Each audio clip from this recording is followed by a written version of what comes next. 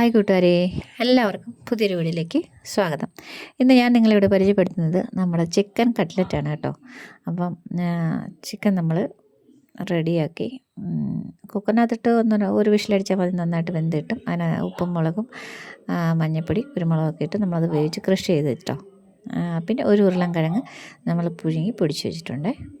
നമുക്ക് ഒരു പാൻ അടുപ്പത്ത് വെച്ച് അതിനകത്തോട്ട് നമുക്ക് വെളിച്ചെണ്ണ ഒഴിച്ച് ഇഞ്ചി വെളുത്തുള്ളി പൊടിയായിട്ട് അരിഞ്ഞതും കൂടി ഇട്ട് മൂപ്പിച്ച് അത് മൂക്കുമ്പോൾ നമുക്ക് സവാള ചെറുതായിട്ട് അരിഞ്ഞതും കൂടെ ഇട്ട് നന്നായിട്ട് വഴറ്റി കൊടുക്കുക. ശകലം ഉപ്പും കൂടി ഇട്ടിട്ട് നല്ലതായിട്ട് വാടി കിട്ടും.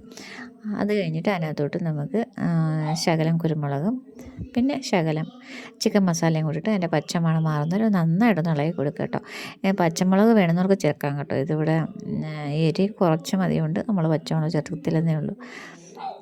എന്നിട്ട് അതിനകത്തൂടെ നമ്മൾ കൃഷി ചെയ്ത് വെക്കുന്ന ചിക്കൻ ഉണ്ടല്ലോ അതിട്ട് കൊടുക്കുക.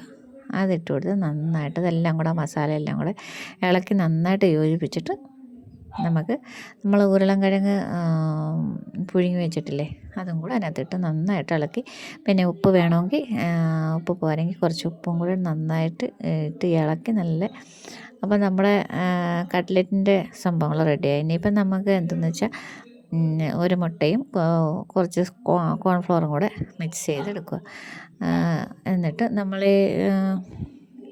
കട്ട്ലറ്റിൻ്റെ അതില്ലേ നമ്മൾ അതിന് ഷേപ്പിന് പരത്തി റെഡിയാക്കി അതിനകത്ത് മുക്കി പിന്നെ ബ്രെഡ് ക്രംസിൽ നമ്മൾ ഡിപ്പ് ചെയ്ത് എണ്ണയ്ക്കകത്തിട്ട് പൊരിച്ചെടുക്കുകയാണ് ചെയ്യുന്നത് കേട്ടോ. നല്ല സൂപ്പറാണ്, അടിപൊളിയാണ്. എല്ലാവരും ട്രൈ ചെയ്ത് നോക്കണം.